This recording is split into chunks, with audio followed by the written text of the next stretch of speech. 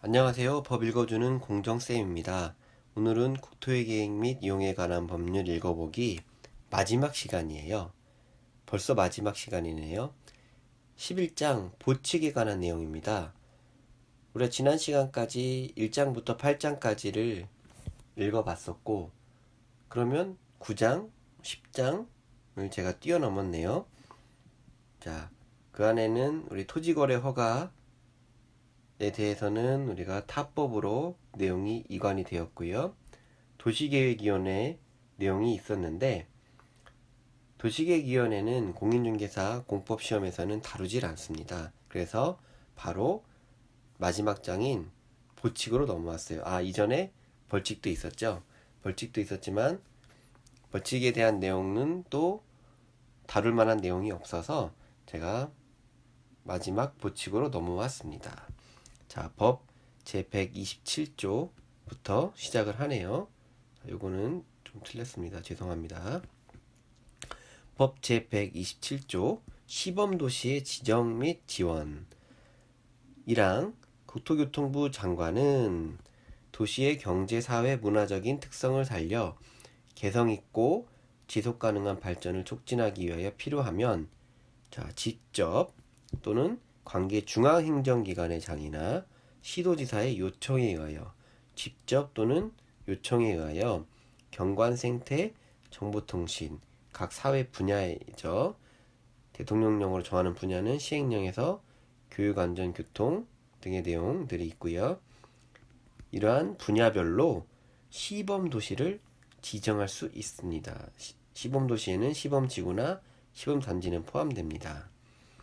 자, 1항에 따라서 지정된 시범도시에 대하여서 예산, 인력 등 필요한 지원을 요청할 수 있다는 내용이고요. 장관은 시범도시 지정과 지원에 필요한 자료를 요청하는 장이나 시도지사에게 제출하도록 할 수 있습니다.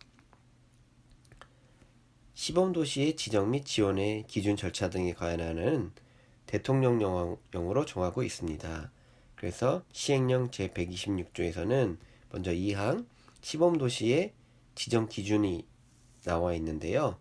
1호부터 4호까지 있습니다. 1호 시범도시의 지정이 도시의 경쟁력 향상, 특화 발전, 지역균형 발전에 기여할 수 있을 것, 목적이겠죠.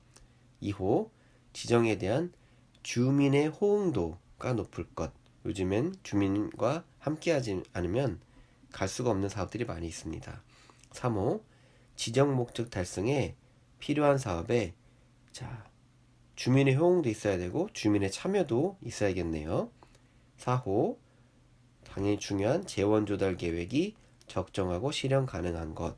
이러한 기준 지정 기준들이 있고요.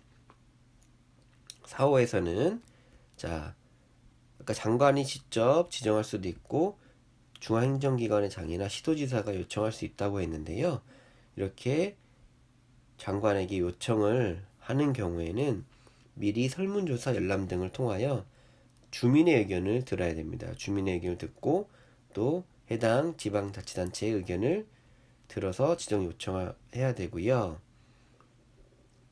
시도지사가 장관에게 요청하고자 하는 때는 당의 그 지역에 있는 시도도시계획위원회 자문을 거칩니다. 그리고 최종적으로 장관이 시범도시를 지정하려면 중앙도시위원회의 심의를 거쳐야 합니다. 시도지사가 장관에게 지정을 요청할 때는 지방도시계획위원회의 자문을 거치고 요청을 받은 장관이 시범도시를 지정하려면 중앙도시계획위원회의 심의를 받도록 되어 있습니다. 법 제128조 국토이용 정보체계의 활용에 대해서 나와 있네요. 장관, 시도지사, 시장 또는 군수가 토지이용 규제법에 따라서 국토이용 정보체계를 구축을 하도록 되어 있고요. 그에 따라서 도시공계에 관한 정보를 관리하는 경우는 이 정보를 각종 계획을 수립하는데 활용하여야 합니다. 라는 내용이 담겨져 있네요. 129조 전문기관의 자문. 장관은 필요하다고 인정하는 경우 광역도시계획이나 도시군 기본계획의 승인, 그 밖에 도시군 계획에 관한 중요 사항에 대하여 도시군 계획에 관한 전문기관에 자문을 하거나 조사 연구를 의뢰할 수 있고, 이런 경우에는 해당 전문기관에 비용을 지급할 수도 있네요. 130조 토지의 출입 등 장관, 시도지사, 시장 또는 군수나 도시군 계획시설 사업의 시행자는 다음 각호의 행위를 하기 위하여 필요하면 타인의 토지에 출입하거나 타인의 토지를 재료적 지장 또는 임시 통로로 일시 사용, 타인의 토지에 출입하거나 그 토지를 일시 사용할 수 있다라고 되어 있고요. 특히 필요한 경우에는 나무나 흙돌, 그 밖의 장애물을 변경하거나 제거할 수도 있다고 되어 있습니다.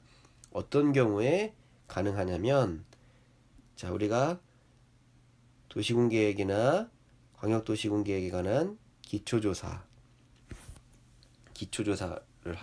하게 되어 있죠. 그리고 개발밀도관리구역, 기반시설 부담구역 및 기반시설 설치계획에 관한 기초조사, 3호 지가의 동향 및 토지거래 상황에 관한 조사, 전부 1호, 2호, 3호 조사 나왔네요.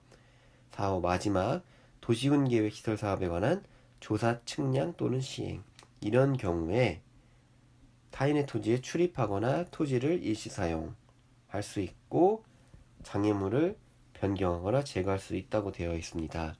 1항에 따라서 먼저 타인의 토지에 출입하려는 경우입니다. 출입만 하는 경우에는 자, 시장 또는 군수의 허가를 받도록 되어 있습니다. 남의 땅에 출입을 하니까 당연히 허가를 받아야겠죠.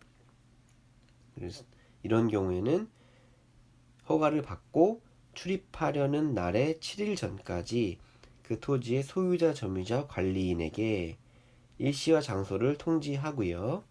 다만 행정청이 도시군 계획시설 사업에 시행할 때는 허가를 받지 아니하도록 되어 있습니다. 자, 3항. 이번엔 타인의 토지를 일시 사용하는 경우네요. 2항은 출입하는 경우였죠. 3항은 일시 사용하는 경우에는 일시 사용하거나 또 아까 장애물을 변경하거나 제거할 수 있다고 했는데요. 이런 경우에는 통지가 아니고 소유자, 점유자 또는 관리인에게 동의까지 받아야 됩니다. 왜냐하면 단순한 출입이 아니고 그 토지를 일시 사용하거나 또 나무나 흙, 돌 등을 제거하는 행위를 해야 되기 때문에 당연히 동의가 필요하겠죠. 3항의 경우, 이럴 경우에 토지나 장애물의 소유자, 점유자, 관리인이 현장에 없거나 주소 또는 거소가 불분명하여 동의를 받아야 되는데 동의를 받을 수 없는 경우에, 만약 행정청이 도시군계획시설 사업을 시행하는 경우는 누구에게? 시장, 군수에게 그 사실을 통지하여야 하고, 행정청이 아닌 자가 도시군계획시설 사업을 하는 경우에는 허가를 받도록 되어 있습니다. 자, 동의를 받아야 되는데 그 동의할 대상이 불분명하는 경우에는 행정청인 시행자는 시장 또는 군수에게 알려야 하고, 행정청이 아닌 시행자는 허가를 받도록 되어 있습니다. 3항과 4항에 따라서 토지를 일시 사용하거나 장애물을 변경 또는 제거하려는 자는 사용하려는 날에 또는 변경 제거하는 날에 3일 전까지입니다. 그러니까 토지 출입은 7일이었죠. 일시 사용이나 장애물 변경 제거는 3일입니다. 그 전까지 관리인에게 알리도록 되어 있습니다. 그리고 일출 전, 해 뜨기 전이나 해가 진 이후에는 점유자의 승낙 없이 출입할 수 없도록 되어 있고요.